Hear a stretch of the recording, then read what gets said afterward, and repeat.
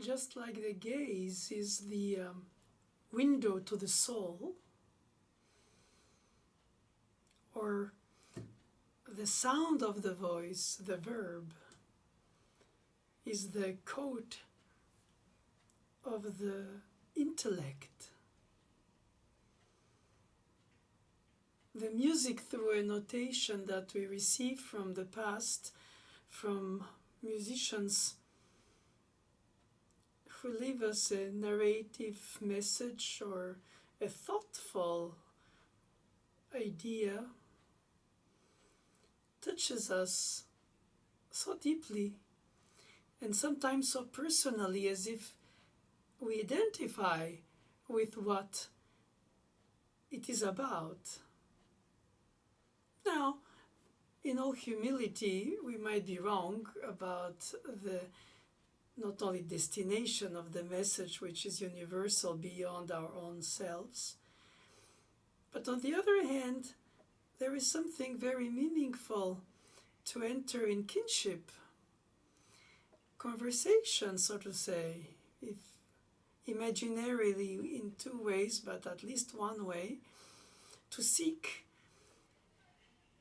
what not only it means, but to respond to what it makes vibrate in us, in our soul, what we receive.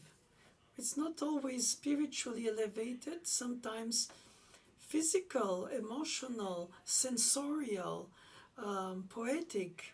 Whichever way we define it, it touches us through and beyond time, as if re-giving it life from the dead scroll to the sounds through the instrument, and ourselves as the instrument of the piece, as ephemeral renewal every time we practice it towards performing it, sharing it in performance or recording it, writing about it, possibly giving a conference on it, developing a sense of loved care, knowledge about it.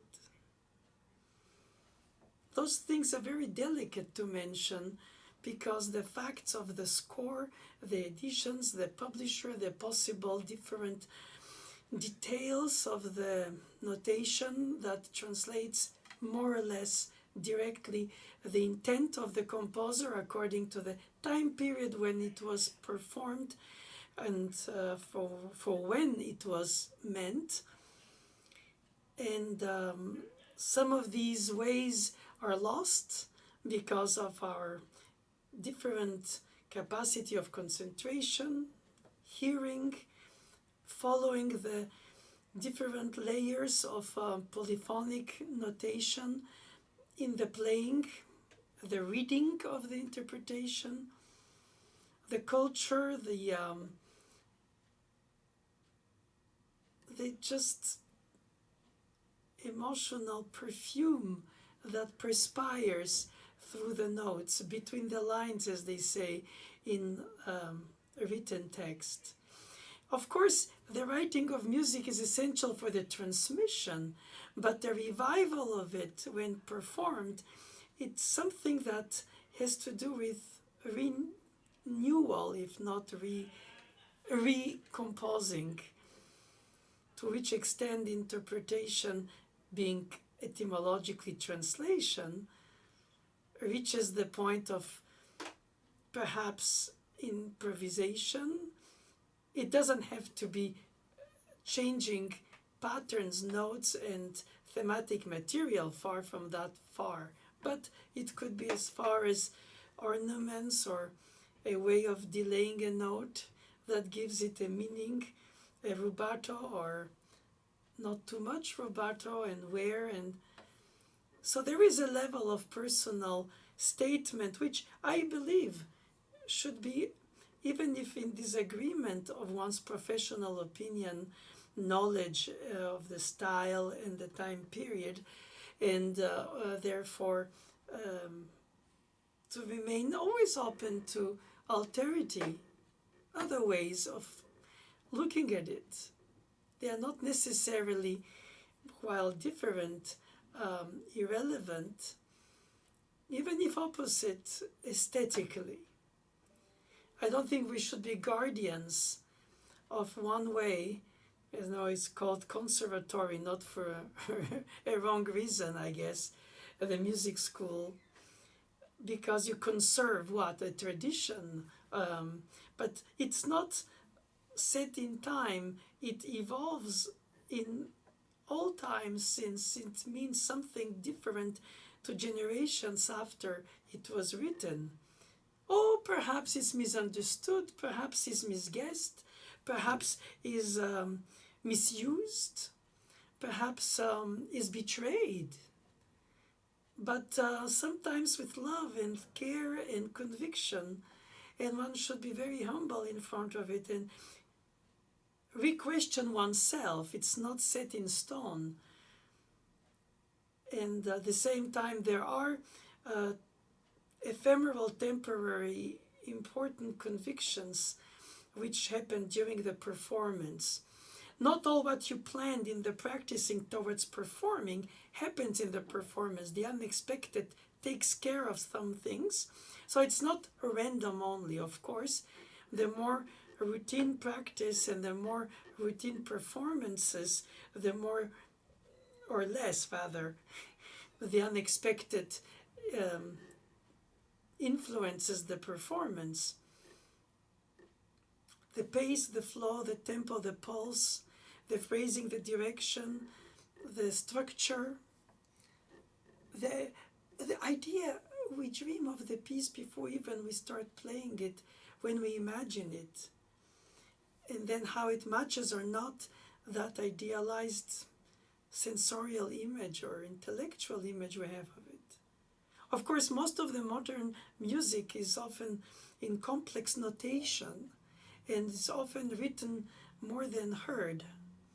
And sometimes it's possible to marvel oneself at the complexity of some music by reading it, and it doesn't always render that in the performance. Sometimes when you hear a piece without having read it, and you discover it after on the paper, if you can read music having heard it by the ear, you find strange ways of the notation that you didn't hear if you were to guess it, if you were to take it on dictation just from the ear. So this filter of the notation is a necessary filter because we are connected to the music of the past through its writing. And then, just like the windows through the gaze are open to the soul, even if we don't say something, we can guess, perhaps according to the different culture, what this human is telling us, the flames in the eyes. And I find that despite of decades of lovingly, caringly, patiently and tirelessly studying and relearning and rethinking and re-questioning ourselves when teaching, performing, even the same piece for decades,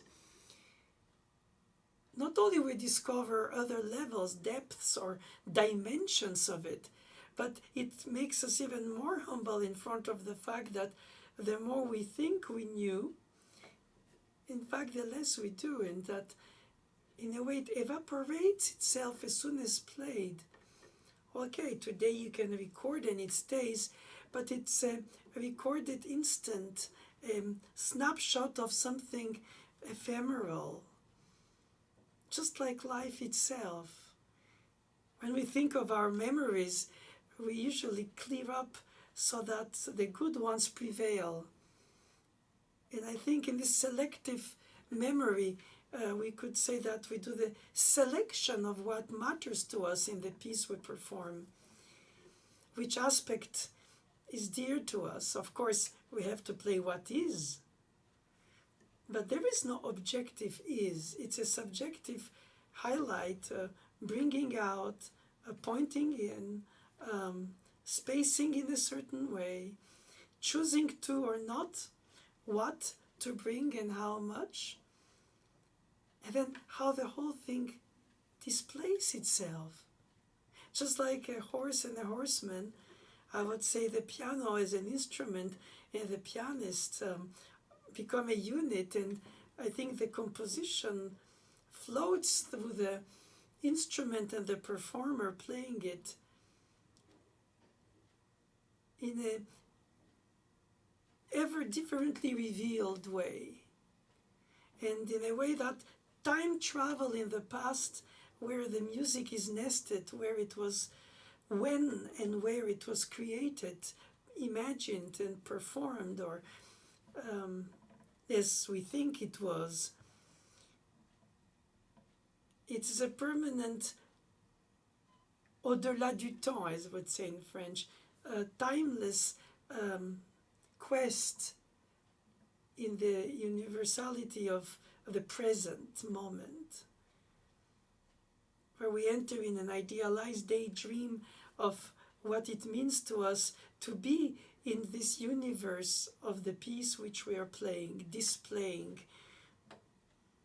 and upsetting to most of us humans, misplaying.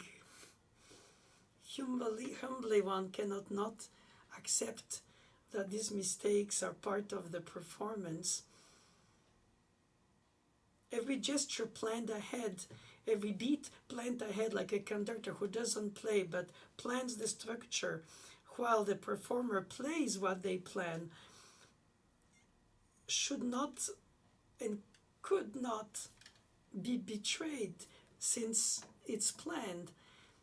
But the intensity and the anticipation of the intellectual concentration which that demands in such a constant way, and divided in so many ways of polyphonic organization of layers, divides so much that sometimes the emotion of the music itself, not less the situation in which it is a performance emotion, to share with audiences, knowledgeable or not, fearing that they would know if something goes wrong, but naturally the worst is that we do. And then try to get a little bit above this ground floor worry about doing it right, but also living it right, starting it from its beginning and bringing it to the narrative end, or at least stop, without that second or third or fourth take that you could do in a recording, where then you don't have that same spontaneity of the moment. And to combine spontaneity with organization, flow with fact, and purposeful let go, so that you enter in a sort of Zen concentration where you let the music flow as if it comes to you from somewhere else. You watch with a muscular memory your fingers move as if you're not controlling them, but that only has few bars of forward chance to hold. The rest has to be organized and planned. So while you have to do this housework in the performance as the conductor of your own orchestra, who you are at the same time, and revisiting the piece which you already know so well for having repetitively practiced it, from the detail towards the whole, and then presenting it in its single flow,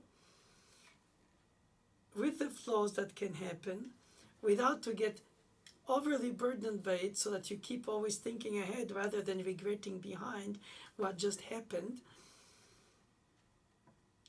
Knowing that after you performed it, good or bad, more or less, more of that, you have to still go ahead and restart from scratch, because it evaporates as soon as done. Which is its charm and its cruelty at the same time, which demands such strong character in the performer to dig inside themselves, to construct and organize through discipline and technique the ways to attempt to be in charge of this unexpected. Just like a mermaid can mesmerize a sailor, I find that in this analogy, the piece itself can mesmerize the performer, revealing itself through another way by the neuron connected from the ears to the brain to the soul, and all this travels to the tip of the fingers and the pedals and the breathing and the acoustics and the resonance and the moment of oneself. As I think often, we plan, but it takes care of us. Like the instrument tells us what it can do, and the piece also, and we try to do the right thing, the right tempo, pulse phrasing. For the pianist, the amount of weight of the tip of the fingers for the voicing, and how much not to get too tense in the wrist, and to organize the shifting, to plan ahead, to organize, to count, to carry yourself through the piece as if you let yourself be carried while you organize and plan where you're going in this magic garden, which marvels you so much every time you play it, and annoys you so many times when you practice it. And teaching it is such a wonderful way of learning more about it, and humbly discover that in the psyche, in the emotional connection anew of a student to a piece that you know for so long, they hear something that you haven't thought or seen or heard or felt or imagined or smelled, whichever sense is involved, if not all. And beyond misguessing or mishappening, I think it's humbling and marvelous that the piece can, as well as challenge, as well as excite and drive so many generations. In fact, through making it to dig inside themselves, the best of themselves. So it's a journey with oneself, as well as a journey to bring out the piece to its destination.